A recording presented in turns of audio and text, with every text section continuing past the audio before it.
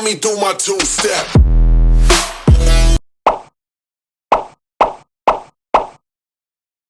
Jadi persamaan di sini itu bank syariah dan bank konvensional itu sama-sama merupakan lembaga atau instrumen penyimpanan uang masyarakat. Nah, perbedaannya jika bank syariah itu tidak menerapkan sistem bunga, lalu jika bank konvensional menerapkan sistem bunga. Perbankan syariah saat ini diawasi oleh Lembaga Keuangan Otoritas Jasa Keuangan atau yang dimaksud dengan OJK. Tetapi peran OJK akan pengawasan perbankan syariah sangat terbatas dan membutuhkan peran dari pengawas lainnya yaitu Dewan Pengawas Syariah atau DPS.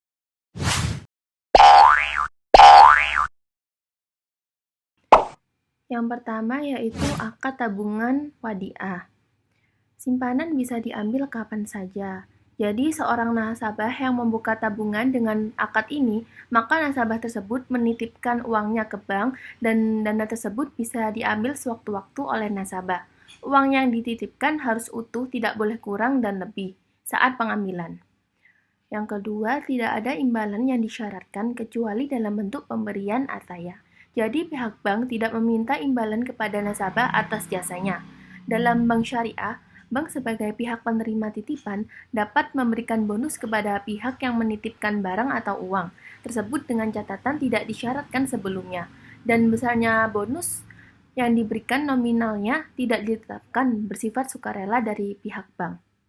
Tidak dikenai biaya pemeliharaan rekening dan bebas administrasi. Nah, nasabah tidak akan dikenai biaya apapun termasuk pemeliharaan rekening, biaya administrasi, dan lain-lain. Yang kedua adalah akad mudharabah. Akad kerjasama usaha antara dua pihak, di mana pihak pertama sebagai pemilik dana, yaitu nasabah yang disebut sahibul mal, dan pihak kedua sebagai pengelola dana, yaitu bank mudarib. Nantinya, sebagai pengelola dana, bank menyalurkan uang nasabah tersebut untuk membiayai usaha. Lalu, keuntungan dari usaha itu akan dibagi sesuai kesepakatan porsi bagi hasil atau yang disebut dengan nisbah yang telah disepakati antara bank dan nasabah. Jenis usaha yang bisa dibiayai bank syariah harus yang sejalan dengan prinsip syariah. Keuntungan dan kerjasama tersebut dibagi untuk kedua belah pihak sesuai dengan kesepakatan yang tertuang dalam perjanjian. Dana yang disimpan di bank syariah itu disebut sebagai bentuk investasi, karena nasabah memperoleh keuntungan, nisbah atau bagi hasil. Berbeda dengan akad wadiah sebelumnya yang saya jelaskan, yang hanya bersifat titipan atau simpanan.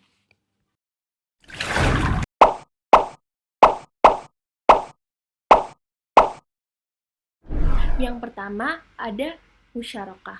Musyarakah itu juga dapat diartikan penyertaan atau equity participation yang artinya akad kerjasama usaha patungan antara dua pihak pemilik modal untuk membiayai suatu jenis usaha di mana pendapatan keuntungan dibagi sesuai dengan nisbah yang telah disepakati. Jadi, di sini itu nasabah yang kekurangan modal butuh bantuan bank syariah untuk memberikan modalnya. Dari pengertian tersebut, dapat disimpulkan bahwa hal-hal pokok yang terdapat dalam musyarakah adalah dua pihak. Masing-masing pihak menempatkan modal. Ada objek usaha yang diperjanjikan, ada pembagian resiko dan keuntungan dari hasil usaha tersebut. Yang kedua, ada pembiayaan mudharabah. Berbeda dengan tabungan mudharabah yang pemilik dana adalah nasabah dan bank sebagai mudarib yang mengelola dana. Nah, jika di pembiayaan mudharabah ini, bank sebagai pemilik modal sahibul mal dengan nasabah selaku mudarib yang mempunyai keahlian atau keterampilan untuk mengelola suatu usaha yang produktif dan halal berdasarkan prinsip syariah. Hasil keuntungan dari penggunaan dana tersebut dibagi bersama berdasarkan nisbah yang telah disepakati. Akad mudharabah digunakan oleh bank untuk memfasilitasi pemenuhan kebutuhan permodalan bagi nasabah guna menjalankan usaha atau proyek dengan cara melakukan penyertaan modal bagi usaha atau proyek yang bersangkutan. Bank berhak melakukan pengawasan, namun tidak berhak mencampuri urusan pekerjaan atau usaha si mudarib. Yang ketiga ada pembiayaan murabaha. Murabaha adalah perjanjian jual-beli antara bank dengan nasabah. Bank syariah membeli barang yang diperlukan dan sesuai dengan permintaan nasabah, kemudian menjualnya kepada nasabah yang bersangkutan sebesar harga perolehan ditambah dengan margin keuntungan yang disepakati antara bank syariah dan nasabah. Akad murabaha ini juga termasuk ke dalam bai'ul amanah, yang berarti adalah sebuah proses transaksi jual beli barang di mana harga asal dan keuntungan telah diketahui dan disepakati oleh kedua belah pihak sebelumnya. Nasabah membayar harga barang yang telah disepakati tersebut pada jangka waktu tertentu. Yang keempat ada bai bisaman ajil. Bai artinya jual beli, saman artinya harga, dan ajil artinya tempo atau secara bertahap. Bai bisaman ajil adalah proses jual beli di mana bank syariah menalangi terlebih dahulu kepada nasabah dalam pembelian suatu barang tertentu yang dibutuhkan nasabah. Kemudian, si nasabah akan membayar harga dasar barang dan keuntungan yang disepakati bersama. Besarnya tingkat keuntungan, jangka waktu pembayaran, dan jumlah angsuran tersebut didasarkan pada kesepakatan antara bank dan nasabah. Pembayaran ini ditujukan bagi nasabah yang akan membeli barang untuk tujuan investasi lainnya. Pembiayaan ini ada kemiripan sedikit dengan kredit investasi yang diberikan oleh bank konvensional.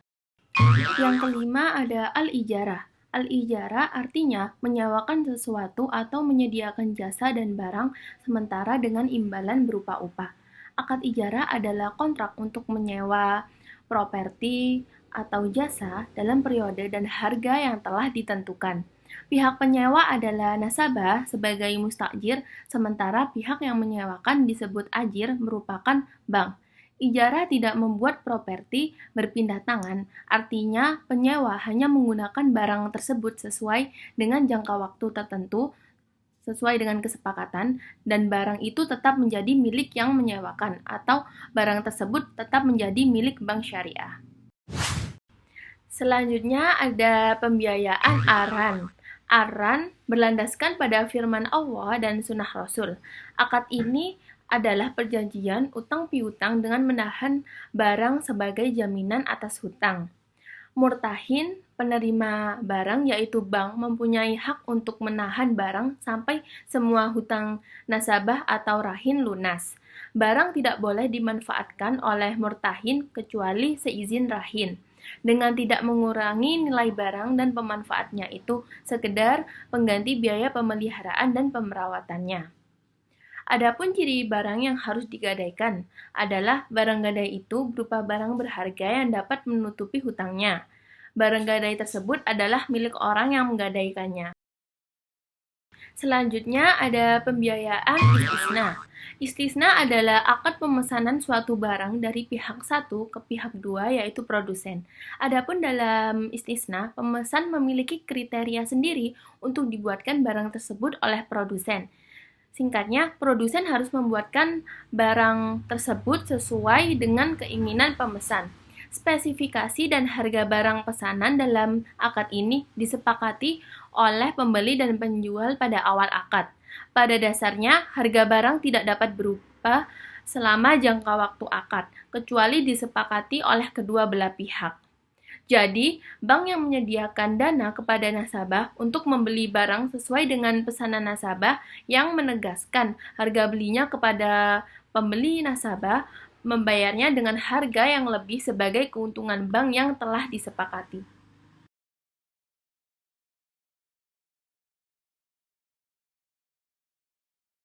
Jasa pelayanan bank yang lainnya adalah yang pertama kafala. Istilah kafala yaitu jaminan yang diberikan pihak penanggung kafil yang artinya bank kepada pihak ketiga untuk memenuhi pihak kedua yang disebut mahful anhu ataupun pihak yang dijamin oleh bank.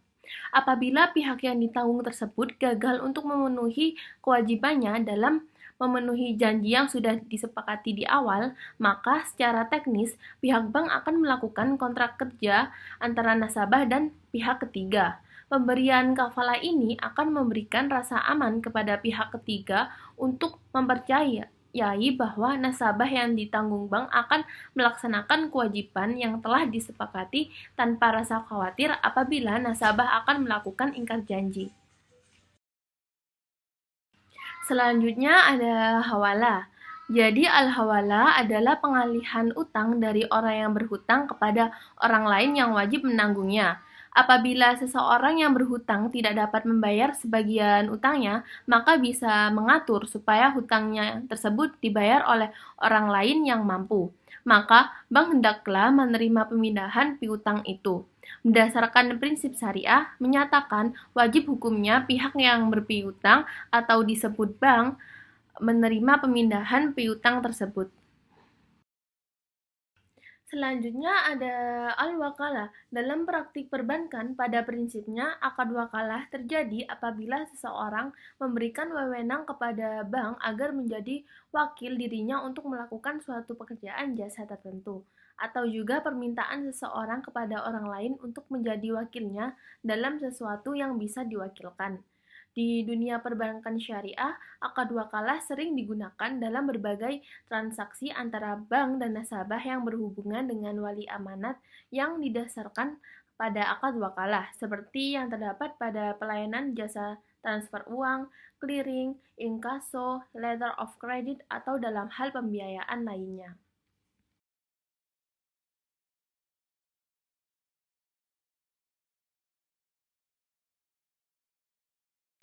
Salah satu jasa perbankan syariah adalah SARF, atau disebut juga dengan jual beli valuta asing. Awalnya jual beli tersebut selaras dengan dasar SARF. Jual beli mata uang yang tidak sama, maka penyetorannya mesti dilaksanakan pada saat yang sama atau yang disebut dengan spot. Bank mengambil profit dari jual beli valuta asing, yang dasarnya dipraktikkan pada bank syariah devisa yang mempunyai izin untuk melaksanakan jual beli valuta asing. Dalam dunia perbankan syariah, tidak semuanya memiliki produk jual beli falas, dikarenakan hanya bank yang memiliki predikat devisa yang bisa menyediakan produk tersebut. Syarat SARF itu sendiri yaitu yang pertama harus dilakukan secara tunai, yang kedua serah terima harus dilakukan dalam majelis kontrak, yang ketiga bila dipertukarkan mata uang yang sama harus dalam jumlah dan kualitas yang sama. Terima kasih.